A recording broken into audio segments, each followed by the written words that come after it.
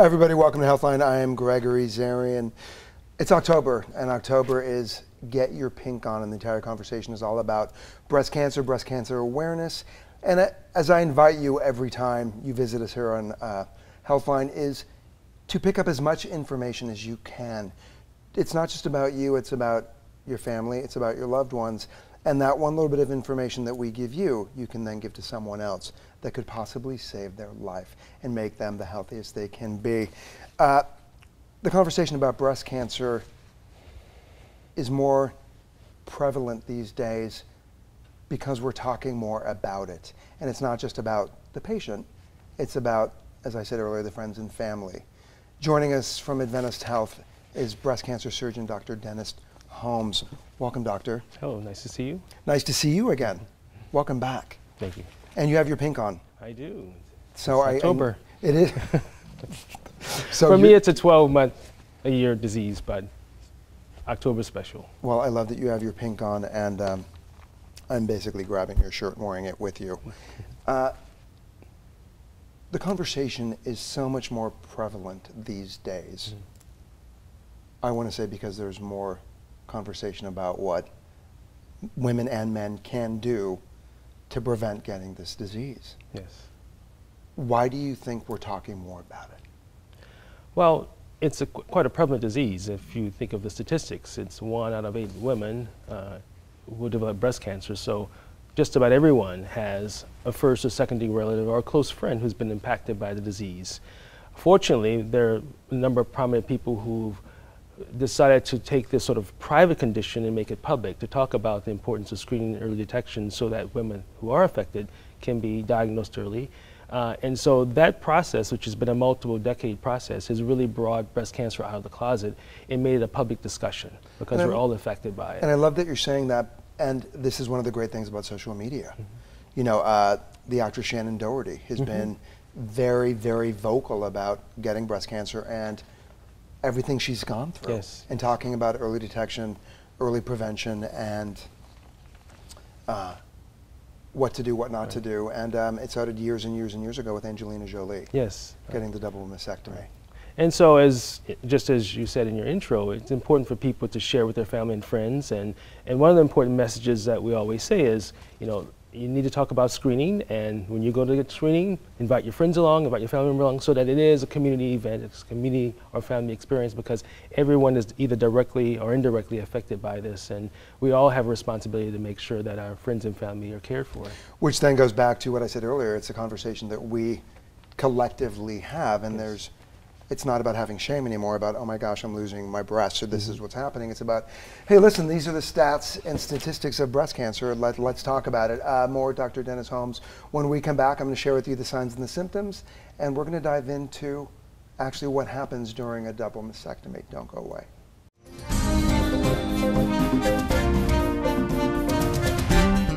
Welcome back, and it's October, and do you have your pink on? The entire conversation is all about breast cancer awareness, and breast cancer prevention. Did you know that out of every new 100 diagnoses, 1 to 3 are men? And also about 2,700 new cases of invasive breast cancer are expected to be diagnosed in men in 2019.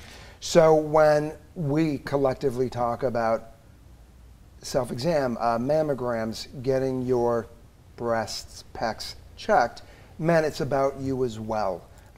Breast cancer is not just about women anymore. So joining us from Adventist Health Glendale is Dr. Dennis Holmes.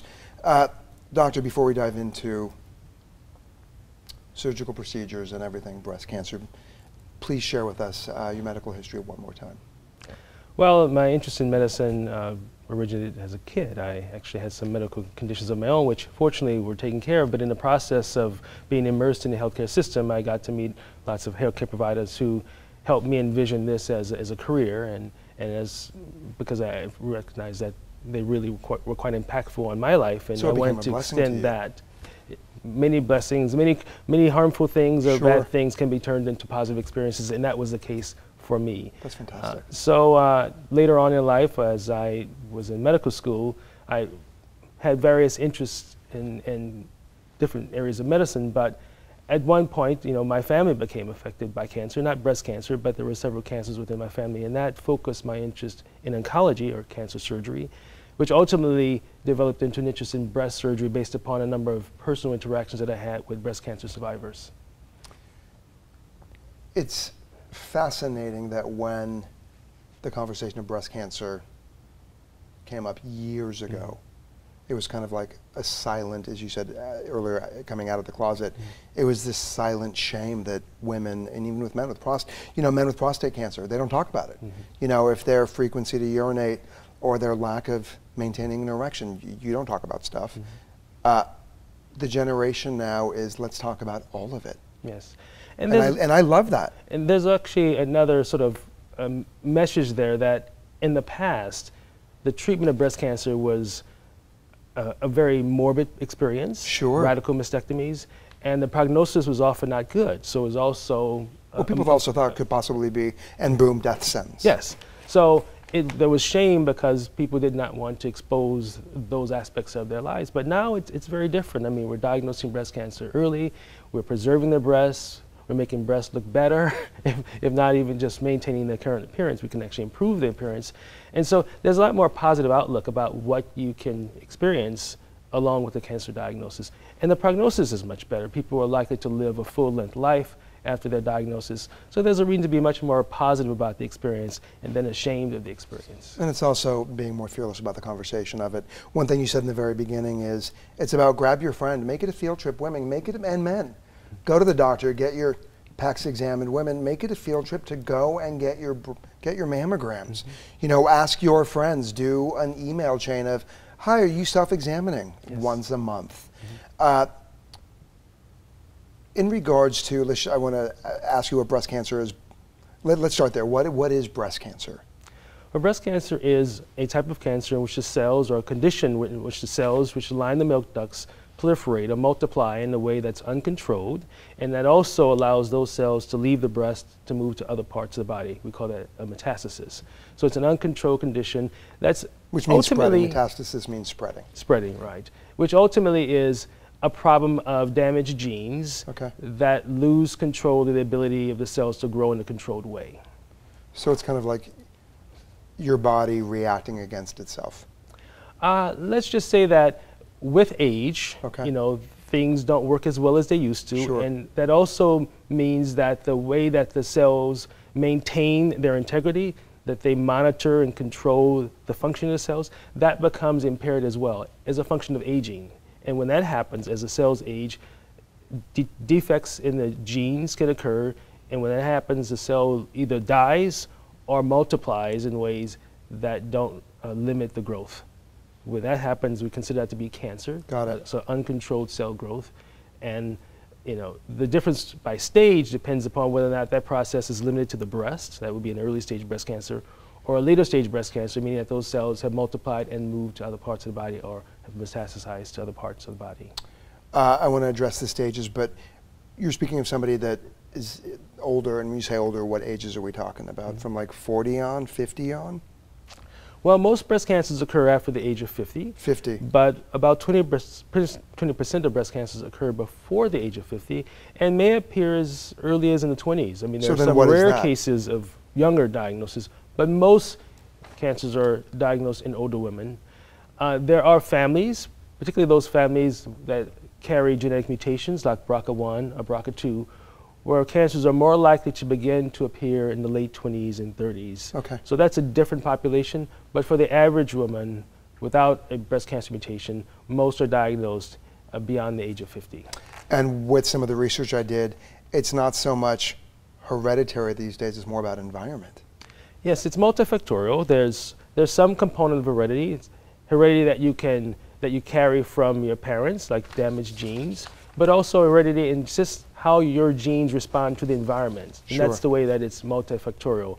But we know that there are many lifestyle things that also impact breast cancer, whether it's obesity or lack of exercise, alcohol, drugs. And drugs as well. So there are multiple things that can affect how well the cells are able to regulate their behavior. And when they fail to regulate their behavior, they become cancer in many cases. I'm just writing myself a note in regards to something we were talking about earlier in regards to men. So doctor, we addressed earlier the stages 1, 2, 3, and 4. Is that where it starts? There's actually stage 0. Oh, okay. Okay. So what, does that mean that there's no breast cancer, or that it means that the stages 1, 2, 3, and 4 are stages that refer to invasive breast cancer, which is basically breast cancer that has the demonstrated ability to spread. Okay. It's just a matter of to what degree it has spread to other parts of the body. But before it develops the ability to spread, when it's still confined to the milk ducts, it's called stage 0. Great. Or ductal carcinoma in situ, which means ductal cancer.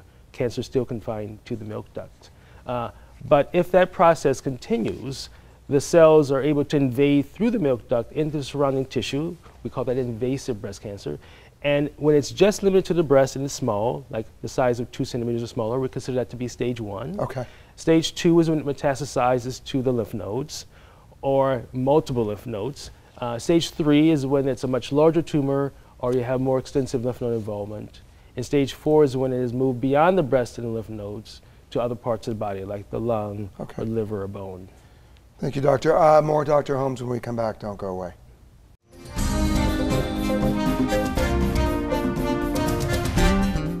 Welcome back. The entire conversation is all about breast cancer awareness, breast cancer prevention, and on the other side of the break, we addressed with our guest, Dr. Dennis Holmes from Adventist Health Glendale, about the stages. Doctor, I wrote a note. You were saying invasive, but there's also conversations about non-invasive. Yes, non-invasive breast cancer indicated as breast cancer that's still confined to the milk duct. It's the earliest stage of breast cancer, and it's often detected by the development of calcium deposits within the milk ducts. Okay. We actually can't see the cancer itself, but we can see the calcium deposits, and they appear as very white spots on a mammogram. Okay. So the best test for detecting breast cancer at its earliest stage is actually mammography, because it shows these calcium deposits very well, and that allows us to investigate, perform a biopsy, make the diagnosis, and then treat the condition before it has developed the ability to spread. So essentially you can cure the breast cancer by removing it at this stage 0 stage before it has left the milk ducts. Just say a woman goes in and gets a breast cancer, gets a mammogram, yes. And then they get a phone call from the technician, hey, we need to have you come back. There's all this panic and fear, and a lot of the times it's just because the breast tissue is dense. Yes, there's an issue of density, but there's also the issue that calcifications, which can be part of a cancerous process, are most often a part of a benign process as well. Got it. You've heard of, perhaps you've heard of fibrocystic changes or breast cysts. Well, calcium deposits often collect in dead cells that are a part of these benign processes, but the pattern of the calcification differs. Breast cancer-related calcifications usually have a very distinct pattern, which is different than the pattern for benign things, but sometimes there's a gray area. And so women often call back for additional imaging because they may be uncertain about the pattern of calcifications. 8 out of 10 times, they determine that the calcifications are benign and no biopsy is needed. It's only about 20% of the time that we feel that a biopsy is needed. And then when you say benign, that means it's not going to spread. Malignant means that it's not cancer at all. Not cancer at all. And not even precancerous. Okay, yes. Great. And then you get a mammogram. There are other tests as well. Don't you all do MRIs? Well, you raised the point about density. So almost half the population has breasts that have a large part of the glandular tissue or milk duct component. Breasts are made out of fat and glandular tissue. The more fat there is, we consider that to be a fatty breast, or a breast that's easily interpreted by mammograms. A dense breast, which has more glandular tissue, is more difficult to interpret. And so someone can actually have a mass, a fairly large mass in fact, in a dense breast that goes undetected by a mammogram because the density of the cancer is the same as the density of the background tissue. So if someone has a breast symptom, whether it's a focal area pain or a lump or some other breast abnormality, or change in the nipple, change in the nipple, or breast skin change, or nipple position, retraction, for example, and they've had a mammogram which was interpreted as normal, it's important to bring that to your doctor's attention because that breast evaluation isn't complete.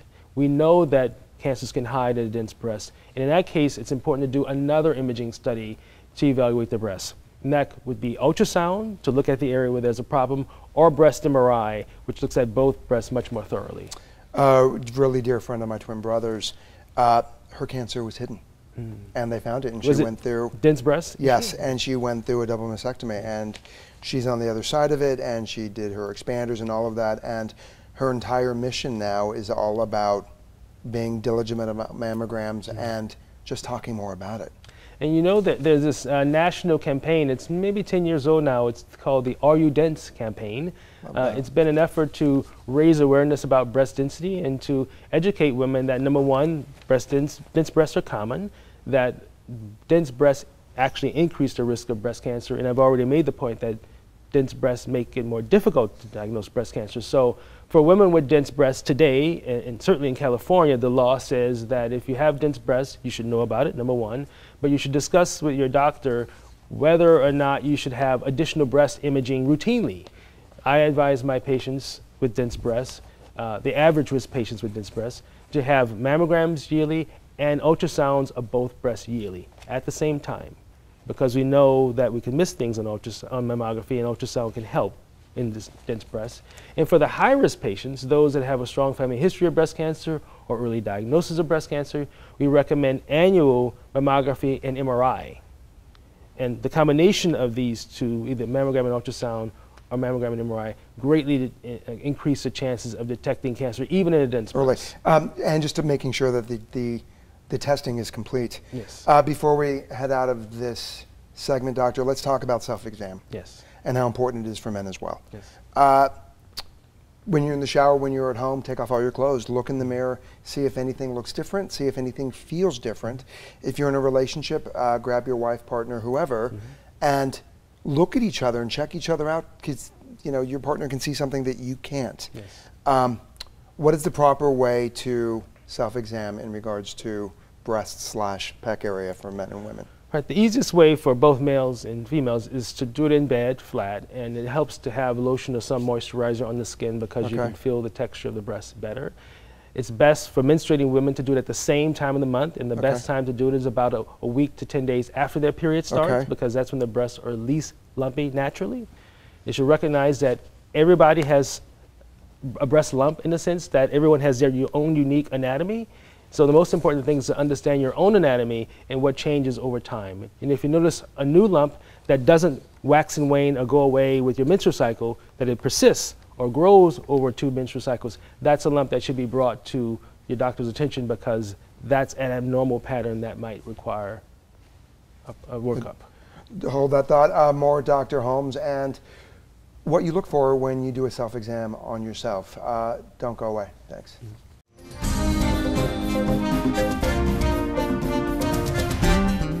Welcome back. Joining us from Adventist Health Glendale is Dr. Dennis Holmes, breast cancer surgeon and breast cancer superstar in regards to what you need to know, signs and symptoms, and how to have the conversation about having a healthy lifestyle.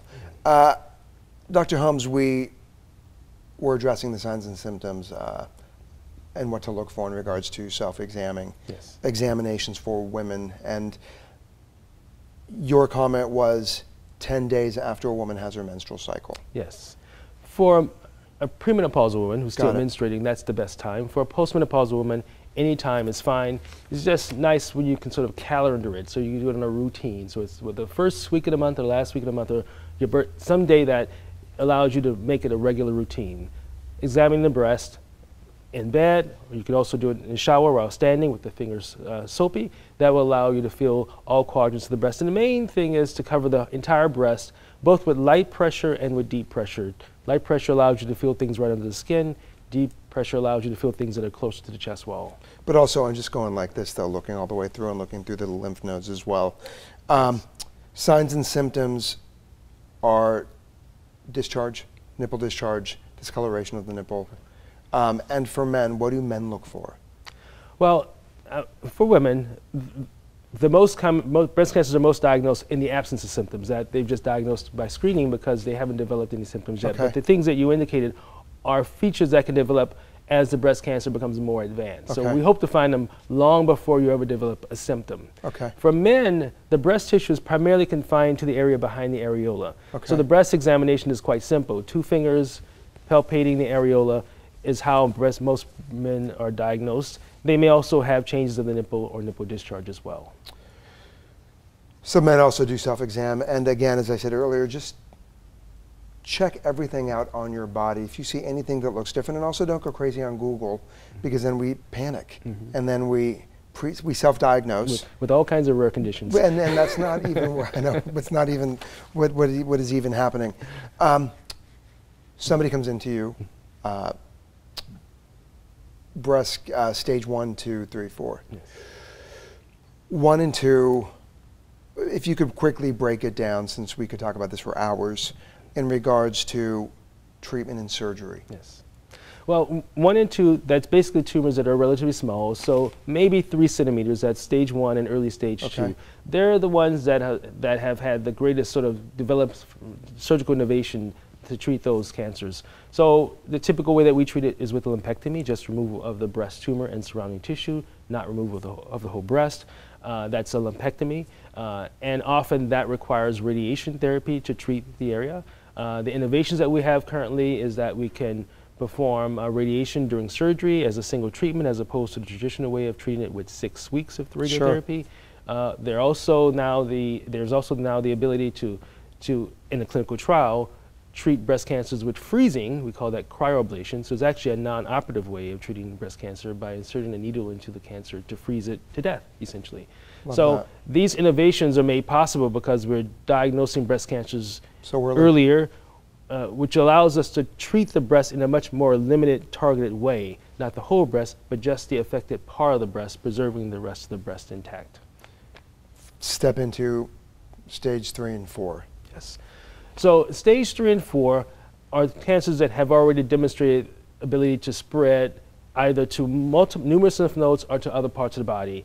And one of the most important components of treating those breast cancers is drug therapy, because treating just the breast doesn't resolve the entire problem. We have to deal with the disease that has moved beyond the breast. And so there have been many developments in immunotherapy and new cancer therapy drugs that allow us to treat breast cancer, late-stage breast cancer, much more effectively than we could in the past. But it's important to know what particular type of tumor you have. Sure. Tumors have profiles, and so if you can match the profile of the tumor to the right drug combination, you're likely to get a much better result.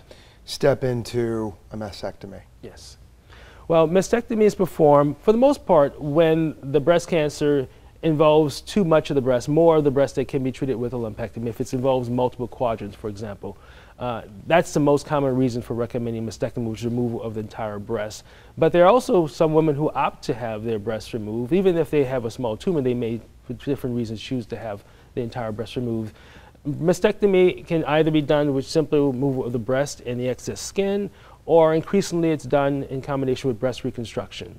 And in many cases, we can actually preserve all of the skin of the breast, the skin, the nipple, and then use an implant or the natural tissues to reconstruct the form of the breast so that externally it looks like a completely normal breast. A friend of mine went through a double mastectomy, and she actually had a tummy tuck because she had 2 children and repurposed her body. Yes, yes.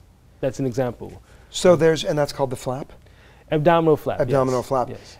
And then all of this, though, is discussed with the surgeon, yes, primary doctor, and family and friends. Let's talk about Adventist Health Glendale and their mission in this conversation of breast cancer awareness and prevention. Well, the most important thing that the hospital has done is to upgrade its mammography screening system. For many years, it, like many other institutions, had what's called 2D mammography, which was better than no mammography, but not as good as the technology that's currently available, which is called 3D mammography or tomosynthesis. Basically, it's a better mammogram. It's more sensitive for diagnosing breast cancer, especially in dense breasts. So that's a really important development. And what I love about Adventist Health Glendale is just their mission is whole person care. And it's not just about the survivors, it's about the family. Yes. So they extend their hand to all of us. Preventative ways to not get breast cancer or cancer, period. Well, the most important thing is to live a healthy lifestyle. That means maintaining lean body weight, avoiding obesity, exercising, eating a diet rich in fruits and vegetables. The most important things for preventing as well as surviving a cancer diagnosis. And as we were talking about earlier about, marijuana and gynecomastia for men, Yes, it's a very common cause, especially in young men. Gynecomastia is male breast development. It causes obviously some emotional, psychological concerns to many men, which leads to surgery to remove the areas of excess tissue.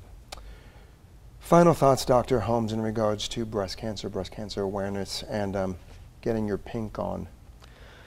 The most important thing to know is early detection leaves many opportunities for early treatment, effective treatment that has the least harm and the best prognosis. So the most important thing you can do is to get diagnosed early. Thank you for all that you do. Will you come back again? Because as you said earlier, we could talk about this for hours.